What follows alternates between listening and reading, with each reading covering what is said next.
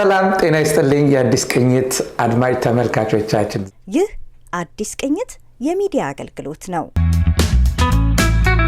በአዲስ ቅኝት የእናውጋ ፕሮግራም እኔ ኒቆዲሞስ ሮማን እንዲሁም ኪሩቤል ጓደኛ የተገናኝተናል እስቲ የሆድ ወዳችሁን አብሩ ብሎን ገዝሽና ሰኒ አውርተናል ሰንዴ ክላስ የሚል የፋይናንስ ክላስ አለን እዛ ላይ አብረን አሰልጣኞች አስተማሪዎች ነን ሁለታችንም እና እዛ ላይ የገጠሙን ነገር እጅግ አንገብጋቢ ነው አለ ፋይናንስ ጉዳይ ስለሱ እናወራለን ኪሩ የራሱን ያስተዋውቃል I know he's a civil engineer and at the same time ሲቲዩ ላይ በኮንስትራክሽን ነው ሰራው አይደለ ሪል ስቴት ውስጥ አለ ፋይናንስ ውስጥ አለ እኔም እዛ ውስጥ ነው ያገኘሁት ከዛም በፊት ደግሞ የኮሚኒቲ እንቅስቃሴ ላይ ነበርና እስቲ ካናዳ ቆይታውን ትንሽ ያወራል Thank you በመጀመሪያ አዲስ ቅኝትን በጣም አመሰግናለሁኝ በዚህ ኑና ወጋ ፕሮግራም ላይ ስለጋበዛችሁን ገዝሽ በጣም አመሰግናለሁ ስለራሴ ለማለት ያህል እንግዲህ ካናዳ ከመጣን ቆየት ብያለሁኝ ካንተም ጋር የተዋወቅነው I guess ወደ 8 አመት አካባቢ ሆኗል Exactly ገና እንደመጣው እንግዲህ ካንተ ጋር ከተዋወቅን በኋላ በዋነኛነት በዚህ በፋይናንስ ሰርቪስ ኮሚኒቲውን በፋይናንስ በማገልገል በሚል እዛ ውስጥ አንዳንድ ስራዎችን እየሰራን ነው ከዛ ውጭ እንግዲህ እኔ እንዳልከው በሲቪል ኢንጂነሪንግ ነው ግራጁዌት ያደረኩት ለሲቪቲ ኦፍ ቶሮንቶ ሰራለሁኝ as ኮንስትራክሽን ሳይት ኢንስፔክተር ሆኜ ከዛው ተረፈ ደግሞ ኢንሹራንስ ብሮከር እየተከታተላችሁ ያላችሁት የስኪናውጋው የቴሌቪዥን ፕሮግራማችንን ነው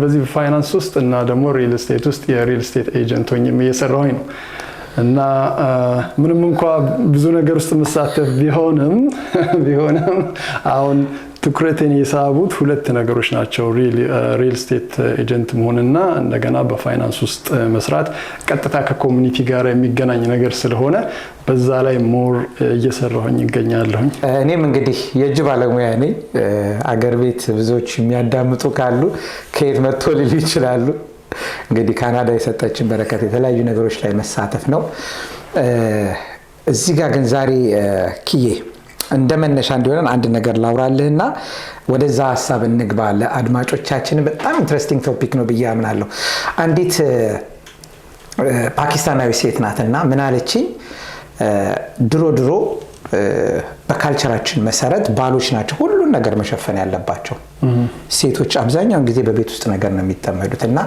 አሁን ግን ያ is no more there ምክንያቱም ላይፉ በጣም ሌክዠሪ ሆነ ዲማንዱ በጣም በዛ ሰብስክሪፕሽኑ በዛ እና ባሎች ራሱ ሃንድል ማድረግ በማይችሉበት ሁኔታ ነው ያለውና የግድ ሚስቷም ኢንቮልቭ ማድረግ ያለበት ሁኔታ ላይ ደርሷል ሁለት ራሱ ሆኖ it seems challenging እውነት ነው እንዴት አየው አንተ የራስህን እንግዲህ ዛሬ ራሳችንን ማለት እናውጋው ስለዚህ መጀመሪያ የነበረህን የፋይናንስ ሁኔታ የኑሮ ሁኔታ ያለን በቂ ገንዘብ የማብቃቃትና የመኖር ሁኔታ ከዛሬው ጋር ታወያየው እንዴት አገኘው እውነት ነው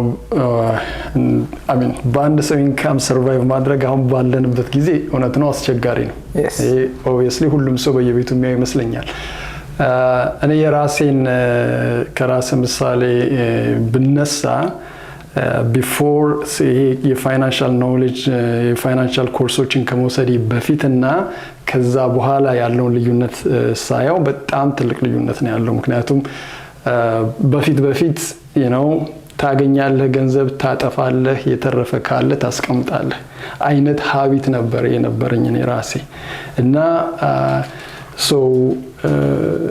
ያንን ሀቢት ነው አሁን የሰበርኩት ማለት ነው በዚህ በፋይናንስ ኖሌጅ ውስጥ ያንን ሀቢት ነው የሰበርነው ያንን ሀቢት ስትሰበር ነው ኢንካምህን በደንብ ማኔጅ ማድረግ የምትችለው በጀትህን በደንብ መስራት የምትችለው የቱ ጋር ነው የሚያስፈልጉ ወጪዎችን ማውጣው የቱ ጋር ነው አላስፈላጊ ያሉ ወጪዎች ያሉት የሚለው ነገር ማየት የምትችለው በጀትህን ቁጭ ብለህ ስትሰራ ነውና ሴትየው እንዳለችው እውነት ነው ሁለቱም ሰው ሰርቶ ወጪያችን በጣም በዝቷል የላይፍ ስታንዳርዱ አሁን ተቀይሯል አይደለም እንዴ ከጎረቤት ታያለ የላይፍ ስታንዳርድ ሶሻል ሚዲያ ላይ ታያለ ሙቪ ላይ ያለ ራስን ከሌላ ሰው ጋር ኮምፔር ታደርጋለህ ድሮ ለግዠሪ የምትላቸው ነገሮች now it's no more luxury it's normal standard life እየሆነ መጥቷል ስለዚህ ወጪዎቻችን ብዙ ናቸው ስለዚህ ምንድነው ማድረግ ያለብን ወጪዎቻችን እንደዚህ ሲበዙ ምንድነው ማድረግ ያለብን ማኔጅ ማድረግ መቻል አለብን አይደለ ሶ እንዴት ነው ማኔጅ የምናደርገው የሚለውን ማየት እንችላለን። ሶ በጀቲንግ አንዱ እንግዲህ የሚጠቅመው በጀቲንግ የምናስተምረውም አንዱ ለዛ ነው። እንዴት አድርገን በጀት ማድረግ እንችላለን የሚለውን ነገር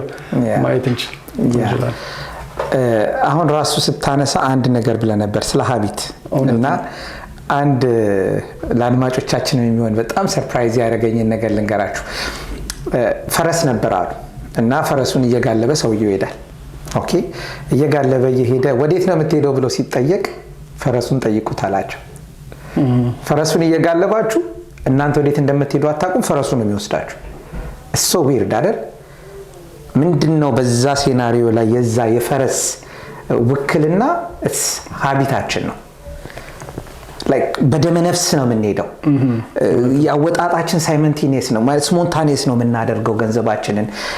ለብዙ ነገሮቻችን እቅድ አለን፣ ለገንዘባችን ግን ብዙ እቅድ የለንም። ማሸነፍ ካለብን ደግሞ እቅድ ሊኖረን ይገባል አይደለ?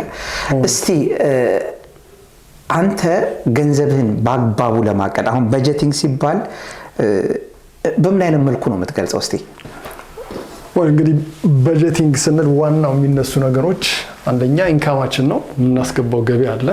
ሁለተኛ የምናወጣው ወጪ አለ ዋነኛነት። ከዛም በኋላ የሚተርፈን ገንዘብ አለ ወይስ ጉድለት ነው ያለው ወይስ ትርፍ ነው ያለው ነገር ነው የምናየው አይደለ? ስለዚህ አንድ ሰው መጀመሪያ ማድረግ ያለበት ምንድነው አትሊስት የ3 ወር ስቴትመንቱን ኢንካም ስቴትመንቱን ቁጭ ብሎ ማየት አለበት። ገቢው ምን ያህል ነው፣ በወር ውስጥ የሚያስገባው ከዛ ሊያገኘው ይችላል የዛኔ 3 ወር ነገሮች ወዲያው የክሬዲት ካርድ ስቴትመንት አለ፣ የባንክ ስቴትመንት አለ። እነዛን ነገሮች ቁጭ ብለህ በየወር ስቴትመንትን እያየህ እሱ መስራት ትችላለህ። ሶ ዋናው ምንድነው የምናስገባው ኢንካም አለ። በተለያየ መልኩ በሳላሪ መልክም ሊሆን ይችላል፣ የተለያየ ሰከንደሪ ኢንካም ሊኖር ይችላል። እነዛን ሁሉ ትደምራለህ። ልጆች ቤኔፊት አለ፣ ብዙ አይነት ኢንካም አለ። ብቻ የሚመጣውን ኢንካሞች በሙሉ ትደምራለህ። ኤክስፔንስ ወጪህን ደግሞ ትደምራለህ። ሁለቱም የማይመጣጠን ከሆነ የሆነ ነገር ማድረግ አለበት ማለት ነው። መመጣጠን ብቻ ሳይሆን ያለበት ኢቭን ቢያንስ 90% በሚሆነው ኢንካማችን መኖር መቻል አለብን ከወር። እንደዛ ማናደርግ ከሆነ ከምናስገባው በላይ እየኖርን ነው። ያ ደግሞ ምን እያደረገን ነው ማለት ነው? ወደ እዳ ውስጥ እየከተተን ነው ማለት ነው። እዳ ውስጥ በገባን ቁጥር ዛሬ የምንኖረውን የላይፍ ስታንዳርድ ነገ ለስ ላይፍ ስታንዳርድ ነው የምንኖረው። ለምሳሌ አንድ ሰው 5000 ብር በወር የሚያገኝ ከሆነና እዳ ውስጥ ገብቶ 200 ብር ኢንተረስት ሬት የሚከፍል ከሆነ የሚቀጥለውን ወር በ4800 ነው መኖር ያለበት ማለት ነው። ለዛው ኢንትረስቷ ናት ትንሽ ኢንትረስት፣ ብድሩ ደግሞ አለ 5000 ብድሩ ደግሞ አለ።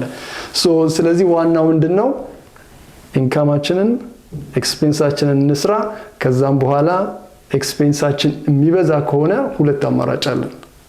ወይ ኤክስፔንሳችንን መቀነስ ነው፣ ካልሆነ ደግሞ ኢንካማችንን መጨመር አለብን።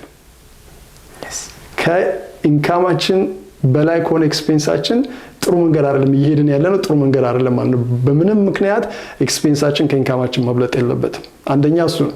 ሁለተኛ ደግሞ ይሄንን ለመቆጣጠር የሚጠቅመን መንገድ ምንድነው? ፔይ ዩርሰልፍ ይባላል ብዙ ጊዜ አይደለ? ከምናስገባው ገቢ ላይ 10% የሚሆነውን ቢያንስ ነው በትንሹ 10% የሚሆነውን on the side ማስቀመጥና ሴቭ ማድረግ አለብን። ገና ከመግባቱ ከዛ በ90% እንዴት ነው አብቃቅቼ የምኖረው የሚለውን ነገር ታያለህ ማለት ነው። ይሄንን ሀቢት ምናልባት በአንድ ቀን ላታመጣው ትችላለህ።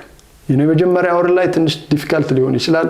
ሁለተኛ ወር ላይ ግን ቀስ እያልን እንደዛ አይነት ሀቢት ውስጥ መግባት አለብን። እንደዛ አይነት ልማድ ውስጥ ለመግባት ደግሞ መጀመሪያ ቁጭ ብለህ እስክሪብቶና ወረቀት ይዘህ ወጪ ምንድነው ገቢ ምንድነው የሚለውን ቁጭ ብለህ ስትጽፈውና ስታየው ነው የምታውቀው።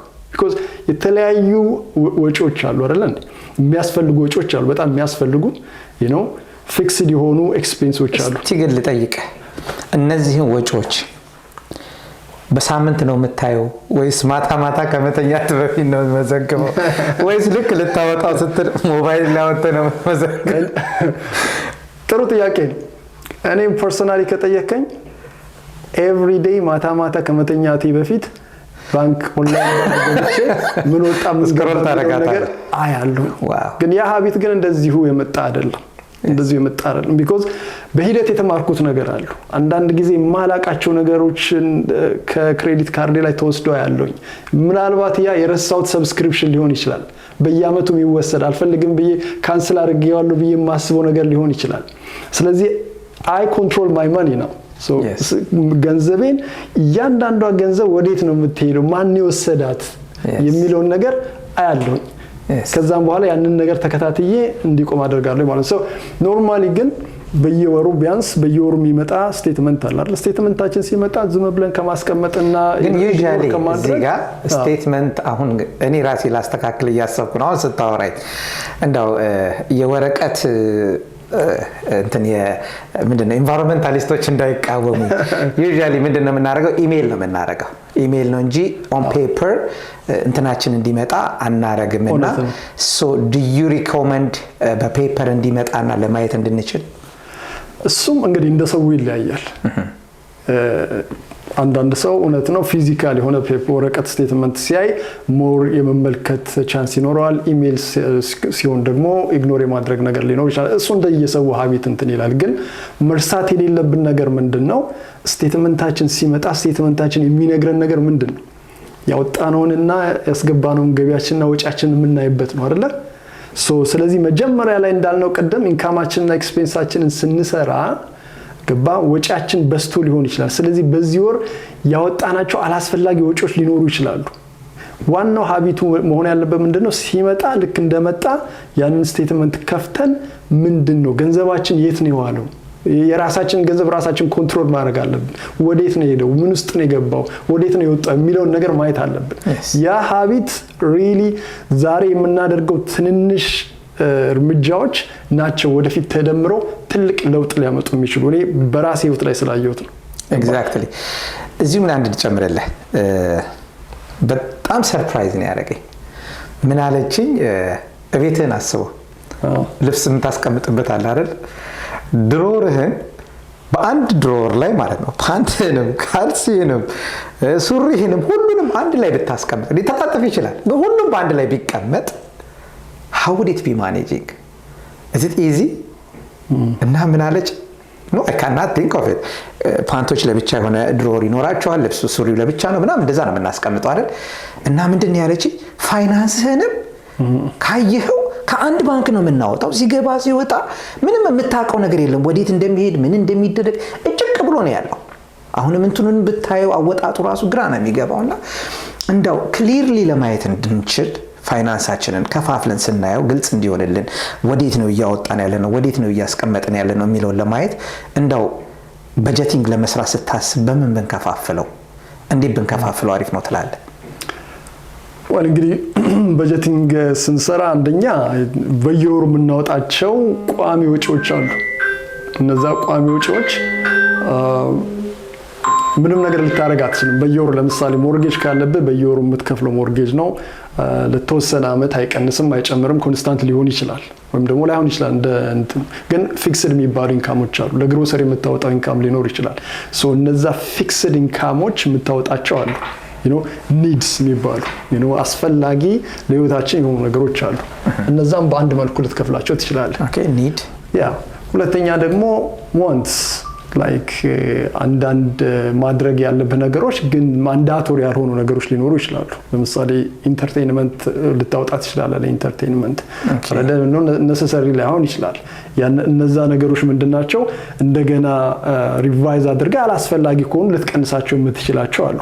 እንደዛ ብለህ ልትከፍላቸው ትችላለህ። ጀነራሊ ቤዚክ በጀቲንግ ላይ የሚባለው ምንድነው 50% ለኒዳችን የምናወጣው ወጪ ከቨር ሊደረግ ይችላል በ50% ኢንካማችን ተብሎ ይታሰባል እና 30% ደግሞ በዋንትስ ሊከፈል ይችላል። የተቀረውን 20% ደግሞ ወደ ሴቪንግ ብናስገባው ጥሩ ነው የሚል አጠቃላይ የሆነ እንትን አለ። እንደዛ አድርገህ ልትከፋፍላቸው ትችላለህ። ከዛም በኋላ እንግዲህ ስለ ኢንካም ስናወራ ኢንካም ቀደም እንዳልኩት ፊክስድ ኤክስፔንሶቻችን ስናወራ ማለት ነው። ኤክስፔንስ ፊክስድ የሆኑ ኤክስፔንሶች አሉ ልንቀይራቸው የማንችላቸው። እነሱ እንዳሉ ሆነው ኤክስፔንሳችን መቀነስ ካለብን ልንቀንሳቸው የምንችለው የሆነ ቫሪያብል የሆኑ ኤክስፔንሶች አሉ። አይደለ? በየወሩ የምናወጣቸው ቫሪያብል የሆኑ ኤክስፔንሶች አሉ። ማንዳቶሪ ያልሆኑት ነገሮች ላይ እነዛ ላይ መጫወት እንችላለን። በሊስት ካየሁኝ ስቴትመንትህን ማየት የሚጠቅመው ለምንድን ነው? ዋትስ ሞር ኢምፖርታንት የሆነው ምንድን ነው ወይም ለስ ኢምፖርታንት የሆነው ምንድን ነው የሚለውን ነገር አይተህ ኤክስፔንስ ከበዛ ለስ ኢምፖርታንት የሆኑ ነገሮች እነዛን ነገሮች አስወግደህ በተቀረው መኖር የምትችልበት ሀቢት ውስጥ መግባት ትችላለህ። ዋናው ነገር እንዳልኩህ አንደኛ ወደዛ ልምድ ውስጥ መግባት ነው። ሁለተኛ አንተ እንዳልከው የተወሰነውን ይህንን ያህል ለዚህ ወጪ ነው፣ ይህን ያህል ለዚህ ወጪ ነው፣ ይህን ያህል ለዚህ ወጪ ነው የሚለውን እንደው በግርድፉ ግን እስቲ እዚህ ላይ ማየት ትችላለህ። አንደኛ የምጠይቅ ጥያቄ እነዚህ በጀቲንጎችን ስትሰራ ምን ያክል ልጆችን ያንተንም ኤክስፒሪየንስ ልጆች በጀቲንግ ውስጥ መግባት አለባቸው ወይ? ስትሰራ ማየት አለባቸው ወይ? ስፔሻሊ አትሊስት በወር አንዴ ከባለቤት ጋር ከቲጂዬ ጋር ቁጭ ብላችሁ የመነጋገሩ አይ ኖ ኢትስ ሶ ዲፊካልት ትንሽ ከባድ ሊሆን ይችላል። አንደኛው አውጪ ይሆንና እንደው እንዲጠየቅ የማይፈልግም ይሆናልና ግን አንዳንዴ የህይወት ግብ አለን አይደለ? እንደውም ይሄንን ማብረ ብታያይዝልኝ ደስ ይለኛል። ከበጀቲንግ በፊት በህይወት ያሉን ግቦችንስ ማሰብ መጀመሪያ ለቤት፣ ለመኪና፣ ልጆችን ለማስተማር እንደዚህ ርቀት የምናስባቸው ለጡረታ የምንላቸውን ነገሮች አስቀምጠን እዛ ጋር ለመድረስ ባንድ አይደረስም አይደል? you have to think ዛሬ ላይ እንደውም አንድ ነገር ላንጣለ በጣም የወደድኩት ማለት ነው ላይፍ እንደ ቼዝ ናት አለ እና በጣም ጎበዝ ወይንም ገና ለማጅ ሆነው ቼስ ተጫዋች ሁለት ስቴፕ ነው ወታደሩን ይገፋል። ከዛ በኋላ እንደዛ ነው የሚያስበው 3-4 አያስብም። መሀከለኛ የምትለው ይሄ የተጠናውን ነገር ነው ማለት 4-5 ስቴፖችን ያስባል። ፕሮፌሽናል የምትላቸው እስከ 11 ማሰብ ይችላሉ። ዛሬ ላይ ሆነን ወደፊት እንደዚህ ማሰብ እንችላለን። 11 ስቴፕ ማሰብ እንችላለን ወይ? ከዛ ደግሞ ሌላው እዛው ጋር የሚያነሳው ምንድነው አንዳንዶች 11 ላይ ደርሱና ግን 1 እና 2ን ለመሄድ ዝግጁ አይደሉም። they want to be rich ግን ዛሬ የምትጠብቃቸውን ደግሞ የመጀመሪያውን ስቴፕ መሄድ አይፈልጉም። እና ፖይንቴ ምንድነው ከሪታየርመንት ጋር አያይዘ ቤት ከመግዛት አያይዘ ከመሳሰሉት እነዛን ግቦች እንደ ቤተሰብ አስቀምጣችሁ እዛ ጋር ለመድረስ ምን ያስፈልገናል ብላችሁ ዛሬ ላይ ያላችሁን አንድ ብላችሁ ለመጀመር የመነጋገሩ ነገር አለ ወይ? ምን ያክልስ እነዚህን ነገሮች ማሰብ is really important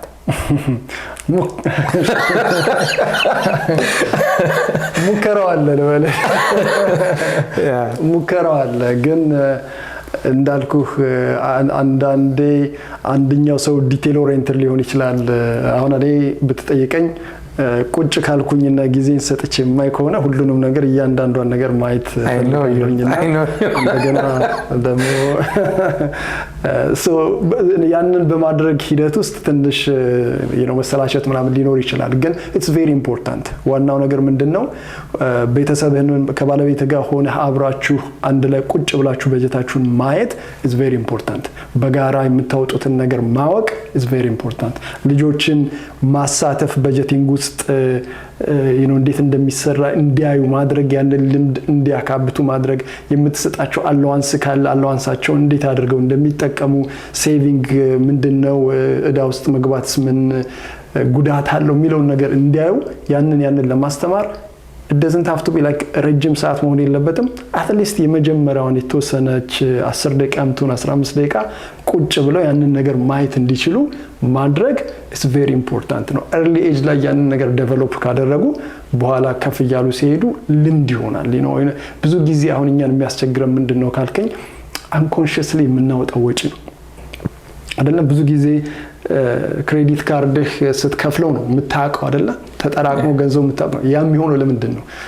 ሞል ስትሄድ የሆነ ነገር ያምርሃል ሄደህ ትገዛለህ። ኮንሺየስሊ አይደለም አንኮንሺየስሊ ነው የምትገዛው።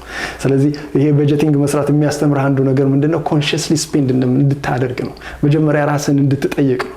ከማውጣት በፊት ይሄ ነገር ሪሊ ያስፈልገኛል ወይ? ኢንቴንሽናሊ እዛ በቦታው መገኘት በቃ ፕሬዘንትሊ ዛጋ ሆነ ይሄ ነገር ያስፈልጋሉ። ስንት ነገሮች ናቸው እቤታችን ገዝተን አስቀምጠናቸው ምንም ነገር ሳንጠቀምባቸው ከአመት በኋላ ይሄ ነገር እንደገና ደግሞ አውጥተህ የምትጠለው ነገር ብዙ ነገር ያንን ነገር ለማየትም እንዲያስችላል ነው። በጀትን ስታየው ሪሊ ያወጣውን ወጪ ገንዘብ ወዴት እንደሄደ እያንዳንዷን ነገር ስታያት ምን ትገነዘባለህ? ምን ያህል ገንዘብ ባላስፈላጊ ሁኔታ እያጠፋ እንደሆነ ትገነዘባለህ። ወደ አልከኝ ልምጣልህና ከገነችን ነገር ብንጨምርባት ከመግዛት ወይም ከመክፈል በፊት ከ1 እስከ 10 መቁጠር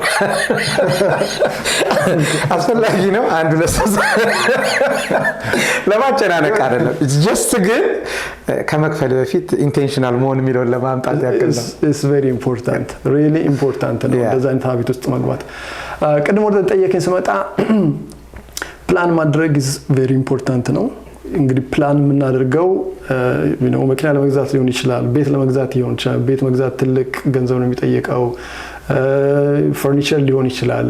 ግን ያንን ሁሉ ለማድረግ ዛሬ ላይ የግዴታ ሴቭ ማድረግ መቻል አለብን። ወደ ሴቪንግ ሀቢት መግባት አለብን።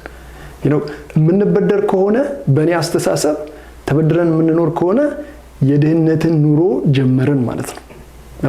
ስንበደር ባንኮችን፣ ኢንስቲትዩሽኖችን ኢንተረስት ሬት እየከፈልን እነሱን ሀብታም እያደረግን እኛ ደግሞ በተቃራኒው ድሃ እየሆነ ነው የምንመጣው። ያ ኢስ ቬሪ ኢምፖርታንት።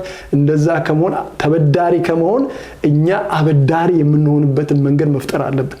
ያንን ደግሞ የምትፈጥረው ከትንሹ ነው የምትጀምረው። ቀደም ስናወራ 10% የሚሆነውን ገቢያችንን ሴቭ ብናደርግ ብለናል። 10% ሴቭ ስናደርግ ምን እያደረግን ነው? ያንን ገንዘብ ለባንኮች እየሰጠን እያበደርን ነው አይደለ? የሆነ ኢንተረስት ሬት የሚያመጣ ነገር መሆን አለበት አይደለ?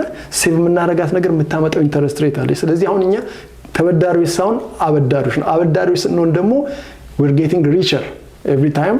በትንሹም ቢሆን አበዳሪ ስትል በምን አይነት መልኩ ላይክ ተለያየ መልኩ ኢንቨስትመንት ስታስገባው ሊሆን ይችላል።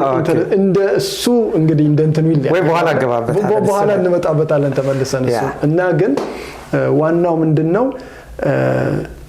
ሎንግ ተርም ማሰብ አለብን፣ ሾርት ተርም ማሰብ አለብን፣ ወይም ደግሞ በመሃልም የተወሰኑ ነገሮችን ማሰብ አለብን።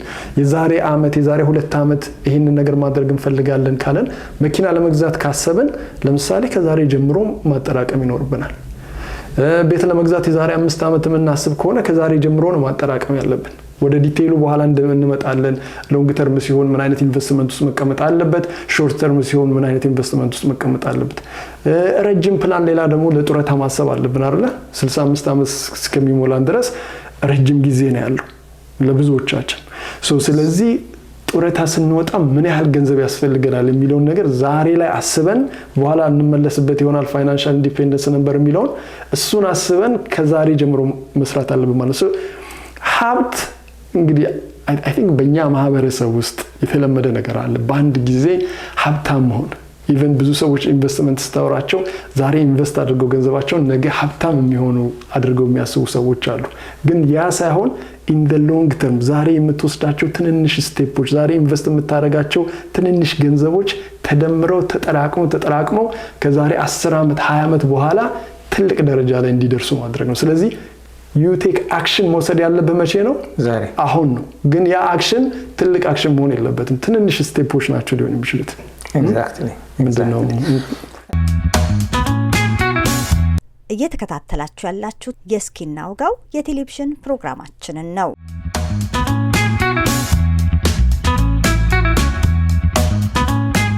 አሁን አንድ ነገር ላንሳለ። አንደኛው ጥያቄ ሰዎች ዛሬ መኖር ዓለም ሞልታ አትሞላም፣ ዛሬ ኑር፣ አዕዋፋትን የመገበ አምላክ ለኛ ለነጋችን ያቃል የሚሉ አይነት አስተሳሰቦች አሉና ሪሊ አሁን እዚህ ጋር ጡረታ የሚል ነገር እያነሳህ ነበረ። እንደኔ እምነት ዛሬ የሚኖረው ለነገም ጭምር ነው። ኦኬ፣ ዛሬ በጉብዝና ወራህ ያስቀመጥከውን ነገር ነው ነገ የምታገኘው። ኦኬ፣ ይሄን ነገር ማንሳት ፈልጋለሁ። ሁለተኛ እንደ ጥያቄ ከዚሁ ጋር ማነሳው እንኳንስ ለነገ ለማስቀመጥ ኦኬ፣ ዛሬ ላይ ለመኪና ሊሆን ይችላል፣ ለተለያዩ ነገሮች ዛሬ ለሚገኝ ደስታ። አንዳንዴ አገር ቤት ውስጥ ለመኪና ያለ ክብር አስበኸዋል አይደል? የነበርንበት ካልቸር መኪና መንዳት እኔ ድሪም ካሬ ብዬ የለጠፍኳት መኪና አስታውሳለሁ። ዛሬ ሳይሆን እንዴት ደስ እንደሚለኝ ያን መኪና ቢኖር ብዬና አብዛኛው ሲመጣ በቃ መኪና መግዛት ሲችል በዜሮ ስለሚገዛ ብቻ ወደፊት ለሚከፍለው ስለሚገዛ ብቻ እንደዛ አይነት ሌክዠሪ ላይፍ ውስጥ የመኖርም ነገር አያለው ማህበረሰባችን ውስጥ። እችን የሚያዘልኝ እንደገና አሁንም ጥያቄ ጠይቀሃለሁ። አካውንት ውስጥ 60,000 ወይም 70,000 ቢኖርህ ወይም 50,000 ብር ቢኖርህ ሴቭ ያደረከው ለፍተህ ግረህ ጥረህ ያስቀመጥከው 50,000 ብር እንግዲህ ኢማጂን 50,000 ሴቭ ለማድረግ ምን ያክል ጊዜ እንደሚፈጅ ምን ያክል መቆጠብ እንደሚፈልግ ያንን አውጥተህ አዲስ መኪና ትገዛበታለህ ወይ? እሺ ቀጥታ ዊዝአውት ኖንትን ለመኪናው ገዝተህ ትገባለህ ወይ እና ባንክን ዜሮ ታረጋለህ ወይ? ብዙ ሰዎች ስጠይቅ ነው ይሉኛል። ግን ምን እናረጋለን? ከዛሬ 6 ዓመት ተበድረን የ50,000 ብር መኪና እንዳለን ዜሮ ላይ ነው እኮ ያለነው። 50,000 ብር ኖሮ የማንገዛውን መኪና ከዜሮ ላይ ሆነን ከነገ ተበድረን እንገዛዋለን። አንድ ይሄን ያዝልኝ። ኦኬ። ሁለተኛ 50,000 ብር ዛሬ ያለው ሰው ቤት ነው የሚገዛው ወይስ መኪና ነው የሚገዛው? 50,000 እኮ ካለ 50,000 ከጨመርክባት እንደውም አንተ ታግዘኛለህ በ25,000 ዳውን ፔመንት 5% የ500,000 ታወራዋለህ በኋላ ላይ እሱን በ50,000 ብር ቤት ዳውን ፔመንት መክፈት ይቻላል። ሞርጌጁን መክፈት እስከቻልክ it's almost there። ስለዚህ ብዙ ሰዎች እዛ ሴቪንግ ላይ የደረሱ ሰዎች ትናንሽ ነገርን ካያስክ ትልቁን ነገር እንዴት ይዘዋል? ለመኪና ስታወጣ ለመሳሰሉት you got my point። እና የኔ question አንደኛ አገር ቤት ባለን ልምድ እንደዚህ አይነት ሌክዠሪ ነገሮች እንደመታያ ያ ካልቸራችን መኪና የመውደድ እንደዚህ አይነት ነገሮቻችንን እንዴት ታየዋለህ? ሁለተኛ ደግሞ ዛሬ ብቻ እስቲ እንኑር መጀመሪያ ዛሬ ነገ ልሞት የሚሉ ሰዎችስ ምንድነው የምታስበው? ምን ትመክራለህ? I don't know if it makes sense። well it makes sense። አሁን ካልከው ይሄ በእኛ ማህበረሰብ የሚነገሩ ነገሮች አሉ ወይ አበዳሪ ወይ ተበዳሪ ሞታል፣ ሌላም ቀደም የጠቀስካቸው ነገሮች አሉ። ግን እዚህ ስትመጣ አይሰራም። እዚህ ስትመጣ ሳይሆን እዛም የሚሰራ እንትን አይመስለኝም። ምክንያቱም ስለ ፋይናንስ ስናወራ እያወራን ያለነው ስለ ነገ ኑሯችን ነው አይደል እንዴ? ፋይናንስ እንትን ብቻ አይደለም። አንደኛ እዳ ውስጥ ስትገባ ለነገን እግዚአብሔር ያውቃል በሚል ዛሬ ካወጣህ ብዙ እና ነገ በህይወት ከኖርክ ነገ የምትከፍለው እዳ በየቀኑ እንድታስበው ያደርጋል። እዳህን ማሰብ አይቀርም። ያ እዳህን ባሰብከው ቁጥር ደግሞ ሞር ስትረስድ እየሆንክ እየተጨነቅ ሳይኮሎጂካሊ ሌላ ነገር ውስጥ እንዲሁም የፋይናንስ ኢሹ ከሄልዝ ኢሹ ጋራ በጣም የተያያዘ ነው። ብዙ ጊዜ ፋይናንሻል ኢሹ ያለበት ሰው ይጨነቃል። ገንዘቡን መቼ ነው የምከፍለው? እዳው በዛ። ቀንም ማታም ስለ እዳ ልታስብ ትችላለህ። ስለዚህ የበለጠ የሄልዝ ክራይሲስም ሊያመጣ ይችላል። እንደዛ ስለሆነ ፕላን ሳታደርግ ዝም ብለህ በዚህ በተለምዶ በሚባሉ ነገሮች ውስጥ መኖር አይቻልም። ግን ደግሞ ጥሩ ነገር ምንድነው? ጀነራሊ ሰዎች በተለያየ ነገር ውስጥ አዳፕት አድርጎ ያለውን ሲቹዌሽን አዳፕት አድርገን የመኖር አቅምና ችሎታ አለን። ጭንቅላታችን ትሬንድ ማድረግ እንችላለን። ልዩ ፍጡር የሚያደርገንም አንዱ እሱ ነው አይደል? ትሬን ማድረግ አእምሮአችንን ለአዲስ ነገር ማዘጋጀት እንችላለን። ስለዚህ እዚህ ባለው ሲስተም ውስጥ እዚህ ሀገር ባለው ሲስተም ውስጥ እንዴት መኖር እንችላለን? ባለን አቅም እንዴት መኖር እንችላለን? እንደዚህ ሜክ ሴንስ። ባለፈው የምንለው ወይም ደግሞ ባለፈው ያደረግነው ነገር ከዚህ በፊት በተለምዶ የሚባሉ ነገሮች እውነት ለዚህ ሀገር ላይ ይሰራሉ ወይ የሚለውን ኢቫሉዌት ማድረግ አለብን። ደግሞ አይሰሩም። ስለዚህ የግድ መሆን ያለበት ምንድነው? በእቅድና በፕላን መኖር መልመድ አለብን። ያንን ቅድም ስለ ልምድ ስለ ሀቢት እያወራን የነበርነው ማለት ነው። ብሬናችን አእምሮአችንን ትሬን ማድረግ እንችላለን። ወደ አዲስ ሀቢት ውስጥ እንድንገባ ትሬን ማድረግ እንችላለን አእምሮአችንን። ስለዚህ በዛ መልኩ ልናየው እንችላለን። ስለዚህ እዳ እንግዲህ የተለያዩ እዳዎች አሉ። ጥሩ እዳ የሚባል አለ፣ መጥፎ እዳ የሚባል አለ። ሁሉም እዳ መጥፎ እዳ አይደለም። ለምሳሌ የተበደርከው ገንዘብ መልሶ ገንዘብ የሚያመጣ ከሆነ ባዴት ልንለው አንችልም። ጥሩ እዳ ሊሆን ይችላል። ሞርግ ለምሳሌ ቤት ገዝተህ ሞርጌጅ እየከፈልክ ቤትህ ኢኩዊቲ ዴቨሎፕ እያደረገ ኢኩዊቲው እያደገ የሚሆን ከሆነ ኤክስትራ ኢንካም የሚያመጣ ከሆነ ሬንታል ፕሮፐርቲ ከሆነ ያ እዳ መጥፎ እዳ አይደለም። ምክንያቱም ተበድረሃል፣ እዳ ነው። ግን እዳው ደግሞ እዳውን በየወሩ የሚከፍለውን እዳ መልሶ ደግሞ ትርፍ ሊያመጣ የሚችል እዳ ሊሆን ይችላል። ግን የተበደርከው ነገር በየወሩ ኢንተረስት ሬት ብቻ የምትከፍልበት ከሆነ ምንም አይነት ኢንካም የማያመጣ ከሆነ that's a bad debt yes እንደ የኢንተረስት ሬቱም ደግሞ ልታዩ ትችላለህ የክሬዲት ካርድ እዳ ምንም ጥሩ እዳ ሊባል አይችልም አይደለም እንዴ 20% የምትከፍልበት እዳ ነው ያ አንተን ሞር ድሃ ያደረገ መሄድ እዳ ነው ስለዚህ መበደር ጀነራሊ መጥፎ አይደለም ግን ስንበደር የምንበደረው ገንዘብ እዝት ጥሩ እዳ ነው መጥፎ እዳ ነው የምንበደረው ገንዘብ ሌላ ገንዘብ ይዞ ይመጣል ወይስ ከኛ ከራሳችን ከነበረ ላይ መልሶ የሚወስድብን ነው የሚለው ነገር እሱን ኢቫሉዌት ማድረግ ይኖርብናል ይሄ የማይንድ ሴት ይጠይቃል shift ማድረግ አለብን የማይንድ ሴት shift ማድረግ አለብን ቅድም እንዳልኩት ነው አእምሮአችን ትሬን ከተደረገ ወደ ፈለግነው መንገድ ልናስኬደው እንችላለን ስለዚህ አዲስ አስተሳሰብ ማምጣት አለብን ማለት ነው አዲስ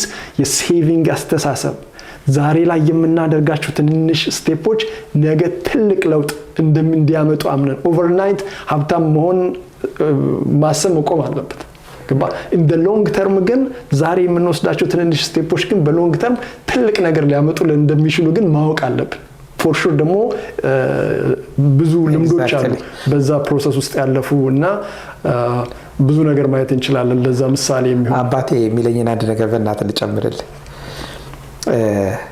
ገንዘብ እንዲይዘው ኦኬ ፍጭጭ ስትል ያቺ ፍጭጭ ያለችው ናት የምትላሰው ይላል ብዙ ጊዜ ምን ይሆናል መሰለ ሰዎች አሁን ዛሬ ላይ ብትጠይቃቸው የትኛው ሴቪንግ ይሉሃል ከምን ይሉሃል ምናልባት እኮ በወር 5000 ያገኙ ነው ከምኑ ይተርፋል ከምኑ ላስ መድረስ አቅቶኛል ይላል ትናንትና ግን በ4000 ሲኖር ነበር ከትናንትና ወዲያ በ2500 ያ ቤተሰብ ኖሯል ሶ ምንድነው ከገቢ ጋር አብሮ ምን ያድጋል ወጪህም ያድጋል at the same time ኖርማሊ ግን የሆነ የህይወት ለውጥ ማድረግ ማሰብ ያለብን ምናልባት ገቢያችን ጋር ተከትሎ ሳይሆን 2-3 እጥፍ ሲያድግ ገቢህ ኦኬ ሴቪንግህን አሳድገህ የዛሬ ደግሞ ስፔንዲንግህን ከስንት ጊዜ በኋላ 2-3 እጥፍ ሲያድግ እንጂ የ2000 ብር ሲጨምር የ2000 ብር ወጪ የምትጨምር ከሆነ አይሆንም ግልጽ ነው አይደል እና ፍጭጭ የምትለዋ ስትወጣ የምትለዋ ነገር ኢንትረስት ስላደረገች ነው እንግዲህ ሰምራይዝ ለማድረግ ያክል ያወራ ነውን በጀቲንግ ያስፈልገናል በጀቲንግ ነፃነት የሚሰጠን ነገር ነው እንደው የመሽቆንቆን ነገር የምትን ማለት ነገር አይደለም ገንዘባችንን ወዴት እንደሚሄድ እዚህ ሀገር የሚሉት ነገር አለ ጂኦኬ የሚሉት God only knows ወዴት እንደሄደ አላቆም ነው እሱም ባክ ጂኦኬስ ከተተው የት እንደገባም እንዴት እንደጠፋም አላቆም ይባላልና እንደዛ ያያለን ሳይሆን በኢንቴንሽናል መኖር እንዳለብን እያንዳንዳችን ገቢ እስከ ጥፍጣፊው ድረስ ማስቀመጥ እንዳለብን አላማ እንደሚያስፈልገን ከቤተሰቦቻችን ጋር ማድረግ እንዳለብን አወራን እግረ መንገድን ደግሞ ስለ ዴብት አነሳ አሁን ስለ ክሬዲት ካርድ አጠቃቀም ላምጣል እኔ በጣም ወደው ነው ያይነው አንተ ተካከታለ ወደድክም ጠላህም እኔ ምለው አሁን ያለንበት ሲስተም ዓለምን ካየሃት ለኛ ተብላ የተዘጋጀች ሲስተም አይደለችም ለምሳሌ ክሬዲት ስኮር የሚባል ነገር አለ ብዙዎቻችን ክሬዲት ስኮር እንላለን ክሬዲት ስኮርን እንዴት ይሰራል የሚለውን ካየኸው 30% ይሉሃል ምን ያክል ተጠቅመሃል ካለህ የብድር ላይ 30% ምን ያክል ተጠቅመሃል እንደገና ደግሞ ሚኒመም ፔመንት ትከፍላለህ ወይ እንደገና ደግሞ ምን ያክል ብዙ አይነት የክሬዲት ካርድ አይነቶች አሉህ ምን ያክል ጊዜ እዳ እየከፈልክ መልሰሃል the whole thing saving ላይ 100,000 ስላለ ክሬዲት ስኮር አያድግም እነሱ ጋር ገንዘቡን ተበድረህ መመለስን ይፈልጋሉ it's not about checking ከምን ጋር ያላመዱን ነው ከብድር ጋር ያላመዱን ነው ሶ በቃ ኦሬዲ መውሰድ ማስገባ ከክሬዲት ካርድ መጫወት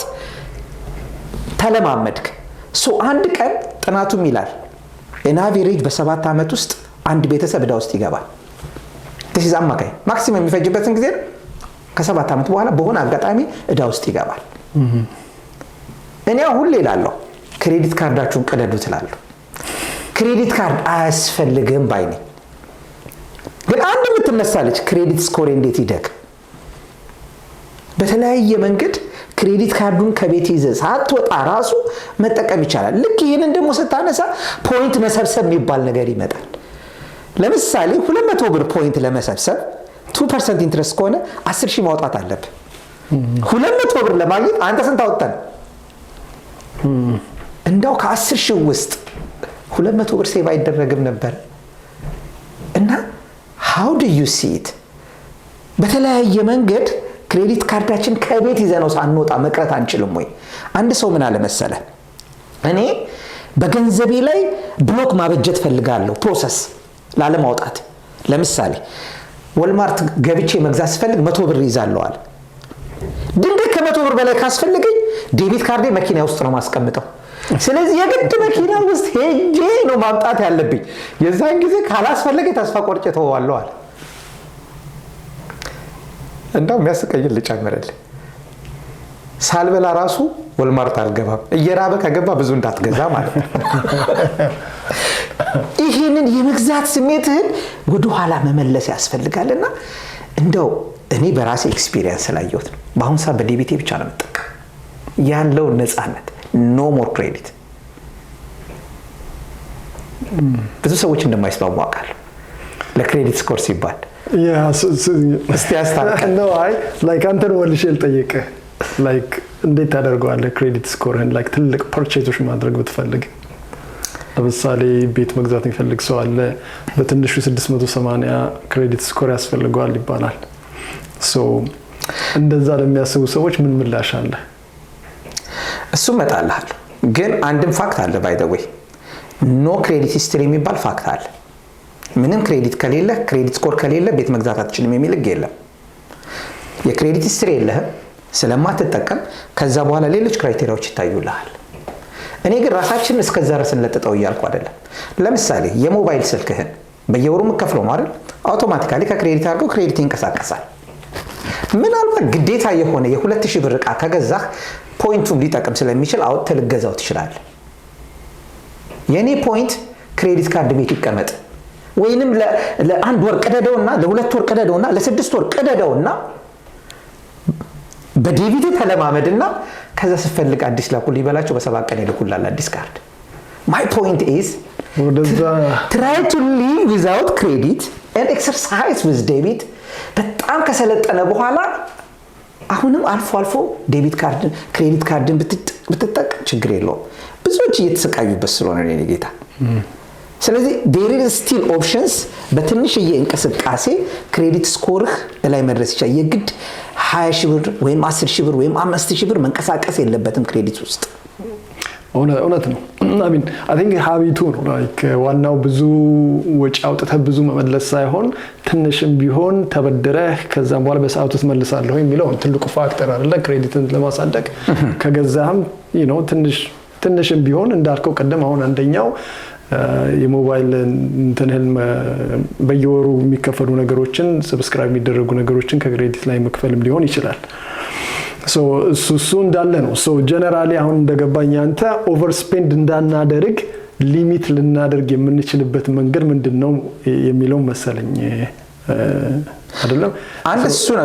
ቆይ ልጨምር። ሌላ አንድ የተደረገ ጥናት በክሬዲት ካርድ የሚከፍሉ ማክዶናልድ ላይ እና በካሽ የሚከፍሉ ሰዎች ተጠንቶ በክሬዲት ካርድ የሚከፍሉት 47% ኦቨር ስፔንድ ያደርጋሉ። ወልማርት ስትሄድ እኔ ለምንድነው ካሽ ባክ አደርግልሃለሁ የሚል 100 ብር የምትገዛው ሰውዬ 150 ብር ትገዛለህ እንደማለት ነው። ስለዚህ ለሱ ለብር መለሰልህ፣ ግን አንተ ሞር ተጠቅመሃል ከሱ ጋር። በክሬዲት መጠቀም ሞር ስፔንድ ለማድረግ ስለሚያበረታታ ያንን ስፔንዲንግ ባህላችንን ለመቀነስ ክሬዲት ካርድ ይጠቀምና በዴቢት እንኑር። ዋንስ ኢን ኤ ዋይል ለክሬዲት ስኮር ልንጠቀመው እንችላለን። የኔ ፖይንት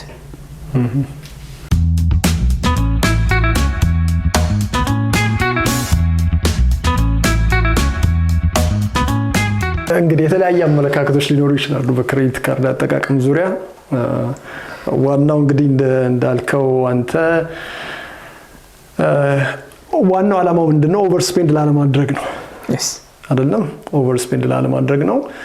ክሬዲት ስኮር ደግሞ ኦንሊ ለአንድ ነገር ብቻም አይደለም፣ ከብዙ ነገር ጋር አሶሺየትድ የሆነ ነገር ነው። እንደተባለው ቤት ስትገዛ ያስፈልግሃል፣ ቤት ስትከራይ ያስፈልግሃል፣ ለብዙ ነገሮች ኤኒ ካይንድ ኦፍ ብድር ለመውሰድ ብትፈልግ ትልቅ ሮል ይጫወታል። ግን ምንድነው ክሬዲት ስኮራችንን የምናሳድግባቸው መንገዶች ምንድናቸው የሚሉትን ነገሮች ማወቅ ኢዝ ኢምፖርታንት ነው። አንደኛው እንግዲህ ክሬዲት ካርድ የምናሳድግባቸው ነገሮች ምንድነው? ክሬዲት ካርድ አማውንት ለምሳሌ 10,000 ብር ካለን ከዛ ከ10,000 ብር ውስጥ 30% ብቻ የምትጠቀም ከሆነ አንደኛው ሊያድግ የሚችል ብር። ከዛ በላይ የምትጠቀም ከሆነ ምን ብለው ያስባሉ ባንኮቹ ወይም ኢንስቲትዩሽኑ ምን ብሎ ያስባል? ኦቨር ስፔንድ እያደረክ ነው ብሎ ያስባል። ስለዚህ ሊሚት 30% ላይ ሊሚት ልታደርገው ትችላለህ። ከተጠቀምክም በዛው ወር መክፈለው ነው አይደል? ከተጠቀምክም ደግሞ ስቴትመንቱ ሲመጣ አለማሳለፍ is very important ነው። ሳታሳልፍ በየወሩ ቢያንስ ሚኒመም ነው ኖት የሚኒመም ፔመንት እንትን አይደለም ፋን አይደለሁኝም። ከተቻለ ሁሉንም መክፈል ነው። ሚኒመም ፔመንት በከፈልክ ቁጥር ኢንተረስት ሬት እየከፈልክ ነው። ስለዚህ እየተጎዳህ ነው የምትሄደው። ስለዚህ ከተቻለ የተበደርከውን ነገር በሰዓቱ ወሩ ሲደርስ 28 ቀን ቢሆን እንደዚህ በሰዓቱ ሙሉን መክፈል። ካልተቻለ ግን አትሊስት ሚኒመም ፔመንቱን መክፈል ክሬዲት እንዳይጎዳ እሱ አንድ እንዳልከው ነው። የግድ በጣም ብዙ ወጪ ስለወጣንና ብዙ ስለከፈለን አይደለም፣ ግን የተበደርናትን ገንዘብ በዋናነት በሰዓቱ እንመልሳለን ወይ የሚለው አንደኛው ፋክተር እሱ ነው። እኔ እንግዲህ ምን ከሚሉ ሰዎች ጎራ ነህ ብትለኝ against the system መሄድ የሚለው ትንሽ ይከብደኛል። ሲስተሙ ኦልሬዲ ሴት አፕ ያደረገው ነገር አለና ከዛ በተቃራኒው ደፋሮች አሉ። ሪሊ በጣም አደንቃቸዋለሁኝ። ይሄ ሲስተም ለኔ አይሰራም ብለው ከዛ ሲስተም ውጪ በሆነ መልኩ ራሳቸውን ማኔጅ አድርገው የሚሄዱ ሰዎች አሉ። አደንቃለሁኝ እነዛን ሰዎች። ግን የኔ ደግሞ እንትን ዋኝበትና ግን በስነ ስርዓቱ ታው የኔ ግን በሲስተሙ ውስጥ እንዴት ሲስተሙን እንደምትጠቀም እያወቅ ራስን ፕላን አድርገ በዛ ፕላን ባደረከው መንገድ እየሄድክ ዋይዝሊ መኖር፣ ዋይዝሊ መበደር፣ ዋይዝሊ መመለስ የተሻለ ነው ብዬ አስባለሁ። እንደኔ ግን እስቲ እኔም እስማማለሁ። ግን ለተመልካቾቻችንም አንድ ነገር ማለት ፈልጋለሁ። ካናዳ ውስጥ ስንኖር ደሃ ከሆናችሁ መንግስት ይደጉማችኋል። ኦኬ ልክ ደግሞ 60,000 70,000 እያልክ ሚድል ኢንከም ላይ ስትገባ አገር ቤት ምንድነው ከሌለህ የለህም ነው አይደል? እዚህ ግን በፖቴንሻል ያበድርሃል። so what is going on? ሰዎች ልክ 60,000 70,000 መመለስ እንደሚችሉ ፖቴንሻላቸውን ስለሚያይ ዛሬ ተበደሩ ይላል። በክሬዲትም በለው ክሬዲት ስኮር ክሬዲት ካርድ ሊሚት ይጨምርልሃል። ላይን ኦፍ ክሬዲት እንትን ይጨምራል። ኦኬ የተለያየ ነገር ይመጣል። ከዛ በኋላም ታነሳዋለህ። ሪሊ ክሬዲት ካርድ ላይን ኦፍ ክሬዲት የመሳሰሉት ነገር አር ዴይ ኢመርጀንሲ ሴቪንግ ናቸው? ለኢመርጀንሲ ጊዜ መቀመጥ ያለባቸው ነገሮች ናቸው? ትመጣበታለህ። ለአንተ ተውላለሁ እሱ። ሆኖም ግን እንደዚህ ሚኒመም ኢንከም ላይ ያለው ሰው ሚዲየም ኢንከም ላይ ያለው ሰው በእዳ በመሳሰሉት ስቲል የድሃውን ኑሮ ነው የሚኖረው። so my point ከሚኒመም ከድህነት ወደ ሚዲየም ከመጣ ቀጣዩ ታርጌቱ ወደ ተሻለው ህይወት ወደ 3% ወደ 4% መግባት ካለበት ስፔሻሊ እንደ ክሬዲት ካርድ የመሳሰሉት ከኛ ገንዘብ ለመመዝበር ከተዘጋጁት እኔ አሁንም እንደዛ ነው የምለው ሲስተም ውስጥ በንቃት ገንዘባቸውን በአግባቡ ተጠቅመው ስለነገ አስበው ኢንቨስት አድርገው ምን አድርገው ገንዘባቸው ማሳደግ አለባቸው በሚለው እንደምንስማማ አውቃለሁ። ግን ክሬዲት ካርድ እኔ ቢቻል ነው የምለው ውስኪ ላይ ድሪንክ ሪስፖንሲቢሊ ይላል፣ አገር ቤት ሲጋራ ገዳይ ነው ይላል። ክሬዲት ካርድ ላይም እዳ በተለይ መጥፎ እዳ ገዳይ ነው የሚባል መጻፍ አለበት ክሬዲት ካርዱ ላይ። people they need to know that's not their money. if they take it they're going to pay more. ዛሬ ክሬዲት ካርድን አልፈ ያለፍከው ችግር ትልቅ ችግር ነው ያስቀመጥከው፣ አላለፍከውም ችግሩ። እሱን ለመክፈል ስትል እዳን ለመክፈል ስትል ዛሬ አለፍክ መስሎ ነው እንጂ ነገ ለሌላ ትልቅ እዳ ነው ያስቀመጥከው።